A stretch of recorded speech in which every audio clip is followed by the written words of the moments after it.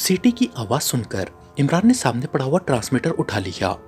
सीटी की आवाज इस ट्रांसमीटर से आ रही थी।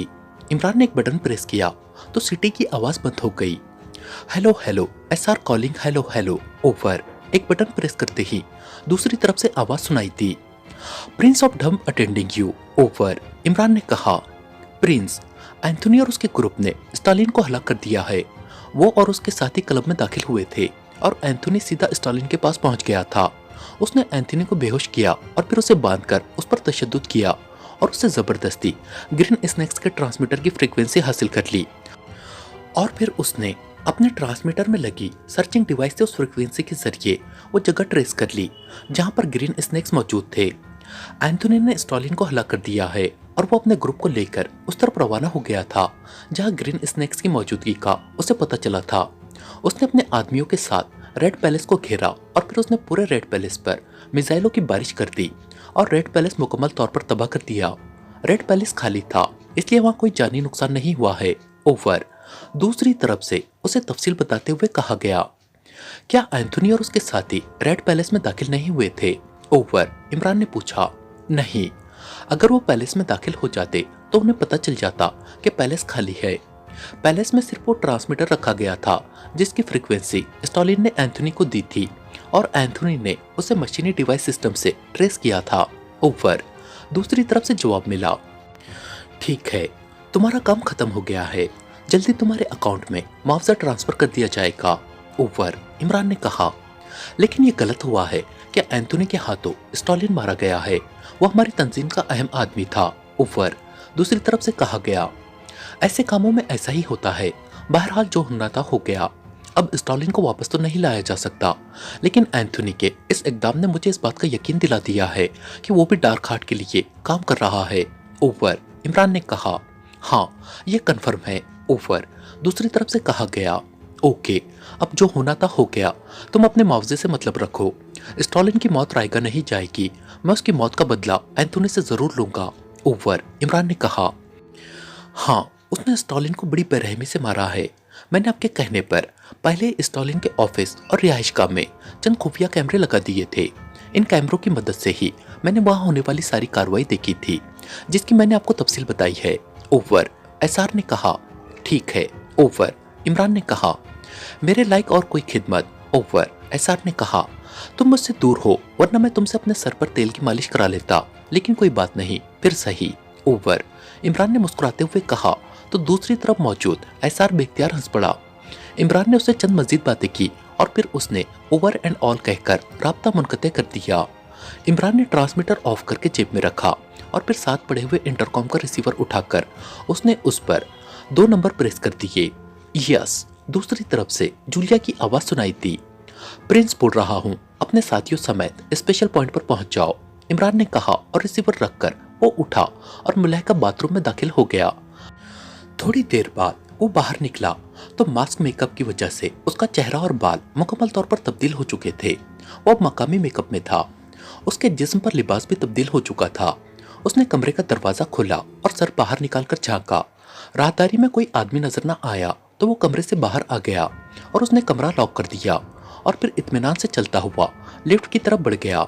थोड़ी देर बाद वो होटल से बाहर था और फिर वो सड़क की साइड पर मौजूद फुटपाथ पर पैदल चलता हुआ आगे बढ़ता चला गया। सड़क पर इस वक्त कारों का खासा रश था जबकि फुटपाथ पर ज्यादा अफराद न थे। कुछ आगे बढ़ने के बाद इमरान ने खाली टैक्सी रोकी और दरवाजा खोलकर उगबी सीट पर बैठ गया। सग्राम क्लब, इमरान ने मकामी लहजे में कहा तो टैक्सी ड्राइवर ने असबात में सर हिलाया और टैक्सी एक झटके से आगे बढ़ा दी। तकरीबन 20 मिनट की ड्राइविंग के बाद वो टैक्सी एक वसी व अरीज इमारत के गेट पर पहुंचकर रुक गई। इमारत पर सग्राम क्लब का साइन बोर्ड मौजूद था। इमरान नीचे उतरा और उसने मीटर देखकर किराया अदा किया और फिर मुड़कर तेजी से चलता हुआ क्लब के कंपाउंड गेट में दाखिल हुआ और फिर इसी तरह चलता हुआ मेन गेट की तरफ बढ़ गया। शीशे के बने हुए मेन गेट पर मौजूद दरबार ने उसे सलाम किया और फिर दरवाजा खोल दिया। इमरान सर हिलाता हुआ अंदर दाखिल हुआ। हॉल इस वक्त तकरीबन भरा हुआ था। इमरान ने एक नजर हॉल को देखा और फिर एक तरफ बने हुए काउंटर की तरफ बढ़ गया, लेकिन काउंटर पर रुकने की बजाय वो उसकी साइड में जाती हुई राहदारी की तरफ बढ़ गया। राहदारी में स्पेशल रूम्स के दरवाजे थे। जिनमें से कई पर सब्ज रंग के और कई पर सुर्ख रंग के बल्ब जल रहे थे। इमरान सबसे आखिरी दरवाजे पर रुका। उस दरवाजे पर सुर्ख रंग का बल्ब जल रहा था। इमरान ने 3 बार मखसूस अंदाज में दस्तक दी तो सुर्ख रंग का बल्ब झमाके से सब्ज हो गया और इमरान दरवाजे को धकेलता हुआ अंदर दाखिल हुआ। यह काफी बड़ा कमरा था जो मुकम्मल तौर पर साउंड प्रूफ था। कमरे में आमने सामने सोफे थे जिन पर एक मकामी लड़की के साथ साथ 3 मकामी मर्द बैठे हुए थे। इमरान ने अंदर दाखिल होकर दरवाजा बंद किया और फिर इसे लॉक करके साइड पर मौजूद स्विच पैनल के निचले हिस्से पर लगा हुआ एक बटन प्रेस कर दिया और फिर वो सोफों की तरफ बढ़ गया और उस लड़की के साथ वाले सोफे पर बैठ गया। क्या कोई खास बात हो गई है जो यहाँ मीटिंग कॉल की है? उस लड़की ने कहा जो जूलिया थी। हाँ, हमने टारगेट ट्रेस कर लिया है और अब हमने उस टारगेट को हिट करना है। इमरान ने इस बार अपने असल लहजे में बात करते हुए कहा। कौन सा टारगेट? तनवीर ने चौंक कर पूछा। जिसे हिट करने के लिए तुम बेचैन हो रहे थे। इमरान ने मुस्कुराते हुए कहा। तुम्हारा मतलब है मादाम सुजैन की जगह लेने वाला ग्रुप? तनवीर ने कहा। हाँ, इमरान ने कहा। कौन है उसका सरगना? सफदर ने पूछा। एंथोनी, इमरान ने जवाब दिया तो सब बेख्तियार चौंक पड़े। एंथोनी, ओ तो ये बात है। इसका मतलब है कि तुम्हारा अंदाजा दुरुस्त है। वो डार्क हार्ट के लिए काम कर रहा है और उसका मकसद हमें हलाक करना है। जूलिया ने कहा। हाँ, मुझे उसकी आमद पर शक हो गया था। फिर चेकिंग के दौरान छत पर मौजूद रिसीवर सामने आ गया तो मैंने भी प्लानिंग बना ली। मुझे मालूम है कि एंथोनी शुरू से ही इंतहाई जदीद तरीन आलात के इस्तेमाल का आदी रहा है। छत पर मौजूद रिसीवर उसने लगाया था। फिर जब राउट की कॉल आई और उसने जिस कदर तेजी से इंतहाई हैरत अंगेज मालूमात हासिल कर ली, उससे मैं समझ गया कि ये भी एंथोनी की तरफ से फीडिंग है। वो दरअसल यही चाहता था कि मैं जब भी फोन पर या ट्रांसमीटर पर कॉल करूं तो वो उस कॉल को सुन सके। उसके जहन में शायद शुरू से ही ये बात फिट थी कि हम यहाँ अकेले नहीं हैं, हमारा कोई दूसरा ग्रुप भी है। इसलिए वो हमारे साथ साथ हमारे सेकंड ग्रुप को भी ट्रेस करना चाहता था। मैंने उसका शक यकीन में बदलने के लिए यहाँ की एक तंजीम से राब्ता किया और ऐसा सेटअप बनाया जैसे वाकई यहाँ पाकिस्तान सीक्रेट सर्विस का सेकंड ग्रुप ग्रीन स्नेक्स के नाम से काम कर रहा हो। उस तंजीम के सरबराह को मैंने हायर किया था और उसे सारी प्लानिंग बता दी थी कि मैं उसे किसी भी वक्त ग्रीन स्नेक्स के हवाले से कॉल कर सकता हूँ। उसके बाद उस पर यकीनन हमला किया जा सकता है। लेकिन चूंकि ये सारी प्लानिंग थी और ग्रीन स्नेक्स का कोई वजूद ना था, इसलिए उस तंजीम ने महज सेटअप तैयार किया। इस सेटअप को बरकरार रखने के लिए बहरहाल एक आदमी की जरूरत थी जो मेरी कॉल रिसीव करता। तंजीम के सरबराह ने एक आदमी जिसका नाम स्टॉलिन था को उस काम के लिए आमादा कर लिया और फिर वही सब कुछ हुआ जो मैं चाहता था। इमरान ने कहा। और फिर उसने एसआर की आने वाली कॉल के बारे में उन्हें तफसील बतानी शुरू कर दी। मुझे यकीन था कि एंथोनी ट्रांसमीटर फ्रीक्वेंसी के जरिए वो जगह ट्रेस करेगा और फिर वहां हमला करेगा। इस तरह वो खुलकर सामने आ जाएगा और वही हुआ। उसने ट्रांसमीटर फ्रीक्वेंसी के जरिए वो जगह जहां ट्रांसमीटर कॉल वसूल होनी थी वहां पर हमला कर दिया। यह हमला एंथोनी और उसके ग्रुप ने ही किया है, इसलिए मैंने आप सबको यहाँ कॉल किया है ताकि तमाम मामलात को हतमी तौर पर तय कर लिया जाए, क्योंकि एंथोनी और उसका ग्रुप इंतहाई तेज ग्रुप है और अब चूंकि उसे मालूम हो चुका होगा कि उसका हमला नाकाम रहा है, इसलिए वो मुसलसल हम पर हमले कराएगा। और अब मुझे भी मालूम हो गया है कि एंथोनी हमारे खिलाफ मैदान में है। इमरान ने कहा। इसका तो मतलब है कि हम होटल वापस नहीं जा सकते। अगर तुम पहले बता देते तो हम वहां से जरूरी सामान तो उठा लेते। जूलिया ने कहा। इसकी फिक्र मत करो, ये काम पहले ही मेरे जहन में था, अभी हो जाएगा। इमरान ने कहा और उसने मेज पर रखे हुए फोन का रिसीवर उठाया और तेजी से नंबर प्रेस करने शुरू कर दिए। Blue bird costume house. राब्ता होते ही एक निस्वानी आवाज सुनाई दी। फिलिया से बात कराओ, मैं माइकल बोल रहा हूँ। इमरान ने बदले हुए लहजे में कहा। यस सर, होल्ड ऑन करे। दूसरी तरफ से कहा गया। हेलो, फिलिया बोल रही हूँ। चंद लम्हों बाद एक और निस्वानी आवाज सुनाई दी। माइकल बोल रहा हूँ फिलिया, प्रिंस और उसके साथियों का सामान उनके होटल के कमरों से उठाकर स्पेशल पॉइंट पर पहुंचा दो और मुझे स्पेशल रूम नंबर 101 सकराम क्लब कॉल करके तफसीलात बताओ। इमरान ने कहा। ओके। दूसरी तरफ से कहा गया और इमरान ने रिसीवर रख दिया। ये यहाँ अजनबी मुल्क और शहर में तुम्हारे इस कदर वाकिफकार कहाँ से निकल आते हैं? मुझे तो यूं लगता है जैसे तुम पैदा ही इस शहर में हुए हो। जूलिया ने हैरान होकर कहा तो सब बेख्तियार हंस पड़े। असल में लीडर होना सबसे मुश्किल काम है। मैंने तो 1000 बार तुम्हारे उस पर्दानशीन से कहा है कि मुझे इस लीडरी से निजात दिला दो या फिर इसका कोई इजाफी अलाउंस दो।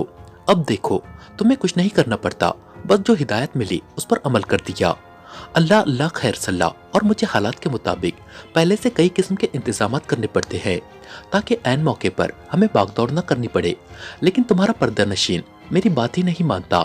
इमरान ने मुंह बनाते हुए जवाब दिया, तुम तो खामखा जबरदस्ती लीडर बन जाते हो, वरना असल में तो लीडर मिस जूलिया है। ये डिप्टी चीफ है और चीफ के बाद यही लीडर है। तनवीर ने मुंह बनाते हुए कहा तो इमरान समेत सब बेख्तियार मुस्कुरा दिए। लीडर में लीडरी की खुसूसियात होना जरूरी होती है और ये खुसूसियात तो अल्लाह ताला की तरफ से वदूयत की जाती है और लीडर मर्द होता है। अगर तुम जूलिया को लीडर बनाना चाहते हो तो उसे लीडर नहीं कहा करो। इमरान ने कहा, क्या मतलब? तो क्या मिस जूलिया में सलाहियतें नहीं है? तनवीर ने मौका गनीमत देखकर जूलिया को उकसाते हुए कहा, जूलिया में डिप्टी चीफ की सलाहियतें यकीनन होंगी, इसीलिए तो चीफ ने इसे डिप्टी चीफ बनाया है। अलबत्ता लीडरशिप की सलाहियतों के बारे में तो तुम ही बता सकते हो, ये मेरी तो नहीं, तुम्हारी बहरहाल लीडरनी है। इमरान ने जवाब दिया, ये क्या बकवास शुरू कर दी है तुमने? तनवीर, तुम भी खौमखा इस कदर अहम मौजू के दौरान उल्टी सीधी बातें शुरू कर देते हो। इस वक्त मसला मिशन की तकमील का है, लीडरशिप की सलाहियतों की जांच पड़ताल का नहीं है।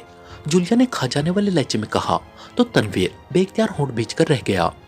तुम जीत गए तनवीर, क्योंकि तुम्हें जिस अंदाज में झाड़ पड़ी है और तुम जिस अंदाज में सहम गए हो उससे मुझे भी यकीन आ गया है कि जूलिया में वाकई लीडरशिप की सलाहियतें न सिर्फ है बल्कि बदर्जा उत्तम मौजूद है और उसे अब लीडरनी का दर्जा दिया जा सकता है। इमरान ने जवाब दिया, तुम भी काम की बात करो, समझे? जूलिया ने इस बार इमरान को भी झाड़ दिया। काम की बात तो तुम सुनती ही नहीं, सारी उम्र गुजर गई है कोशिश करते हुए कि तुम काम की बात सुन लो, और काम की बात जाहिर है एक ही हो सकती है। इमरान भला कहाँ आसानी से बाज आने वाला था।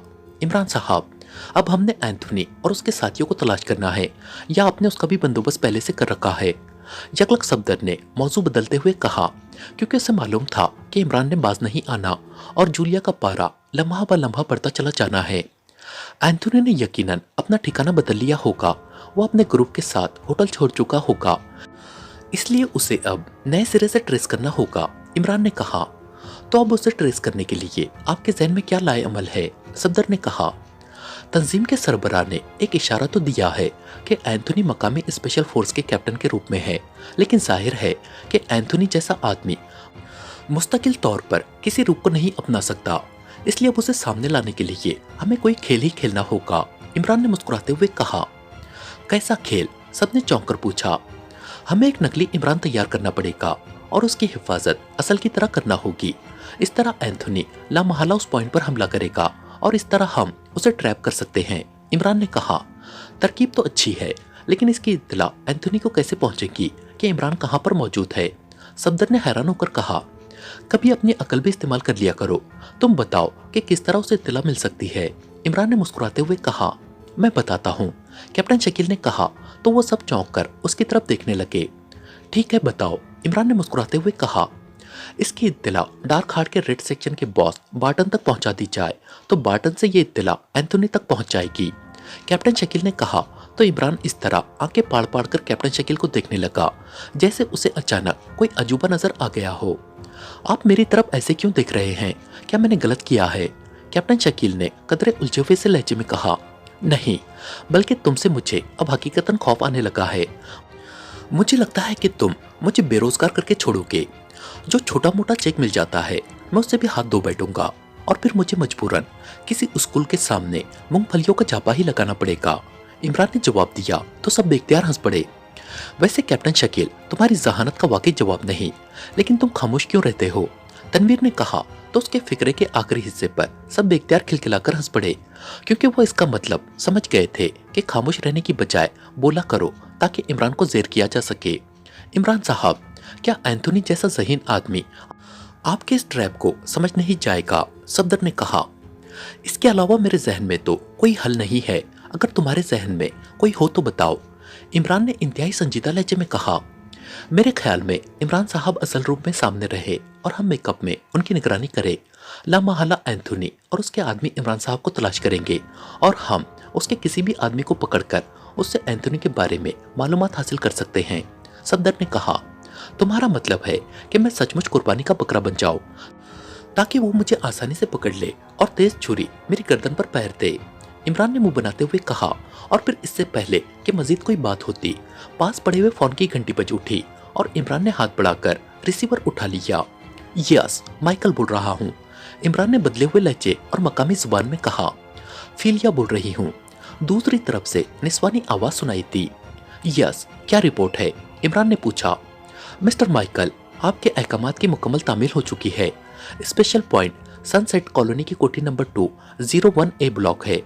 जरूरत की हर चीज वहां मौजूद है। गेट पर ताला भी उसी नंबर का है, फिलिया ने कहा। थैंक यू, इमरान ने कहा और रिसीवर रख दिया।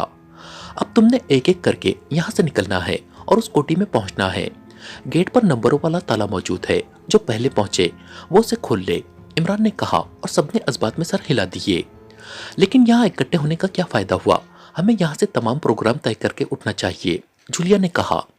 यहाँ सिर्फ उस फोन कॉल की वजह से इकट्ठे हुए थे, वरना एंथोनी ने यकीनन उस बिल्डिंग में कहीं ना कहीं चेकिंग आला लगा रखा होगा और प्रोग्राम वही कि हम मेकअप में रहेंगे और हमारे रूप में कोई और सामने रहेगा जिनकी हमें निगरानी करनी है, और हमारे नकली साथी कहाँ पर मौजूद है। मेरा मतलब है, मैं और मेरे साथी कहाँ पर मौजूद हैं, इसकी इत्तला बाटन तक पहुंच जाएगी। इसके बाद हम एंथोनी को ट्रैप कर सकते हैं, इमरान ने कहा। तो क्या दूसरा इमरान तैयार हो चुका है?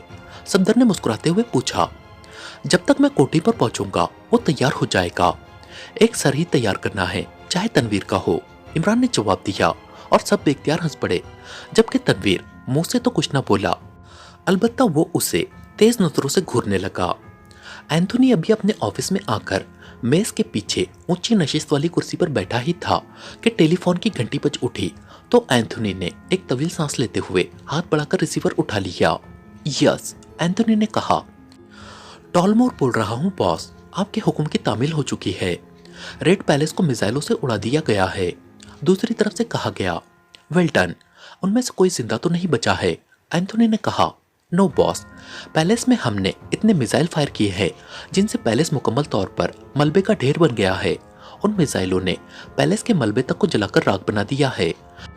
किसी के जिंदा बच जाने का कोई इम्कान नहीं है, टॉलमोर ने जवाब दिया। वेल डन, तुमने अच्छा काम किया है टॉलमोर। अब तुम ऐसा करो कि होटल से मालूम करो कि इमरान और उसके साथियों की क्या पोजीशन है, और अगर वो वहां मौजूद है तो सेक्शन 5 को कॉल करके उनकी निगरानी पर लगा दो, स्पेशल निगरानी पर, और फिर इस बारे में भी मुझे रिपोर्ट दो, एंथोनी ने कहा और रिसीवर रख दिया। फिर तकरीबन आधे घंटे बाद फोन की घंटी बज उठी और एंथोनी ने हाथ बढ़ाकर रिसीवर उठा लिया। यस, एंथोनी ने कहा। टॉलमोर बोल रहा हूँ बॉस, रेड पैलेस से कोई लाश नहीं मिली। जिस वक्त उसे तबाह किया गया वो खाली था, दूसरी तरफ से, टॉलमोर ने कहा तो एंथोनी बेख्तियार उछल पड़ा। ओ, मुझे इसी बात का खतरा था। इसका मतलब है कि इमरान ने मुझे धोखा दिया है। उसने जानबूझकर मुझे उस तरफ भेजा था ताकि वो इस बात का पता कर सके कि मैं डार्क हार्ट के लिए और उसके खिलाफ काम कर रहा हूं या नहीं, एंथोनी ने होठ चबाते हुए कहा। यस बॉस, टॉलमोर ने कहा। इमरान के बारे में क्या रिपोर्ट है? एंथोनी ने कहा। इमरान और उसके साथी अचानक अपने कमरों से गायब हो गए हैं और उनका सामान भी मौजूद नहीं है। अलबत्ता एक रिपोर्ट मिली है कि इमरान के साथियों का सामान यहाँ के एक मकामी ग्रुप ब्लैक क्वीन के जरिए उठवाया गया है, टॉलमोर ने कहा तो एंथोनी बेख्तियार चौंक पड़ा। ब्लैक क्वीन, वो कौन है? एंथोनी ने पूछा। मकामी मुजरिमों का ग्रुप है बॉस। उसकी चीफ कोई औरत है, फीलिया, और उसका हेडक्वार्टर ब्लूबर्ड कॉस्ट्यूम हाउस में बनाया गया है, टॉलमोर ने जवाब दिया। कैसे मालूम हुआ कि इस ग्रुप के जरिए सामान उठवाया गया है? एंथोनी ने पूछा। एक वेटर से मालूम हुआ है, वो उस हाउस में काम कर चुका है, टॉलमोर ने जवाब दिया। कहाँ है ये कॉस्ट्यूम हाउस? एंथोनी ने पूछा। विलिंगटन रोड पर है, टॉलमोर ने जवाब दिया। तुम 4 आदमियों समेत वहां पहुंचो, मैं भी वहां पहुंच रहा हूं, नंबर 3 मेकअप में, एंथोनी ने कहा और रिसीवर रख दिया, और फिर वो मलहका कमरे के दरवाजे की तरफ बढ़ गया। थोड़ी देर बाद वो एक कार में बैठा तेजी से विलिंगटन रोड की तरफ बढ़ा चला जा रहा था। कार में वो अकेला था और खुद ही कार ड्राइव कर रहा था। वो एग्रीमियन मेकअप में था और लिबास और चेहरे मोहरे से वो कोई कारोबारी आदमी लग रहा था। विलिंगटन रोड पर पहुंचकर उसने कार आहिस्ता की और फिर साइड पर मौजूद इमारतों को चेक करता हुआ आगे बढ़ता चला गया। थोड़ी देर बाद उसे एक मंजिला इमारत पर ब्लू बर्ड कॉस्ट्यूम हाउस का बोर्ड नजर आ गया। उसने कार उसकी साइड में ले जाकर रोकी और फिर नीचे उतर आया। उसी लम्हे एक एग्री नौजवान तेजी से आगे बढ़ा। बॉस, वो औरत फिलिया अंदर मौजूद है। वो इस हाउस की जनरल मैनेजर है, उस नौजवान ने कहा और इमारत के कंपाउंड गेट की तरफ मुड़ गया।